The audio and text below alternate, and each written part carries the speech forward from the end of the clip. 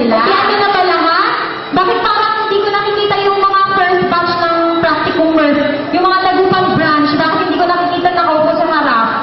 Asan kayo Tagupan branch? So, di ba tayo first batch? Tayo Ano, kumusta na kayo?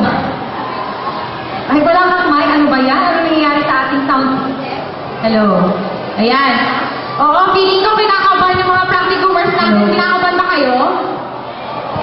Oh, halata. Hindi kaya-kaya nyo yan. Okay, ako nga po pala si Coach Roma. Sa aking tatlo, ako naman po ang tinagurian, the brain. Talaga naman, the brain. Siya ang brain. Baka dyan, the brain.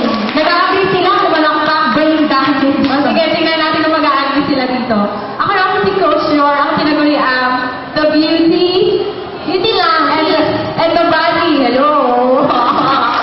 See? I told you. Syempre, expect na nila yung susunod. Ako naman yung, syempre, natiis na ng talent. Kaya sa kayo, nagutang branch, talent lang tayo. Payag na kayo? Kurang-kurang naman. Payag na payag sila. Ay, ako, ito lang ang masasabi ko sa inyo, mga sisters. Magsama kayong dalawa, beauty, brain, talent, ako lahat yun. So, kayo, walang body. Asa walang body, okay. Tatlo. You can have everything naman eh, di ba? Nobody's perfect. Anyway, ako naman po si Coach Faye. And I'm sure lahat ng mga nanay dyan na katulad ko ay hininervous na. Hininervous na kayo.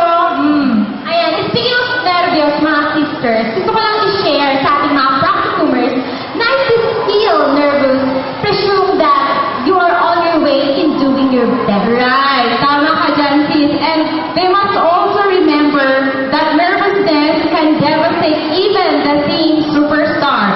It is a great leveler from the beginners to the professionals. You know, nervousness is the root of good or bad performance.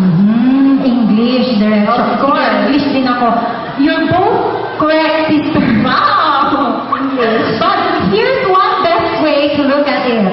Ano naman yun? What is it? Nervousness is an excitement in disguise.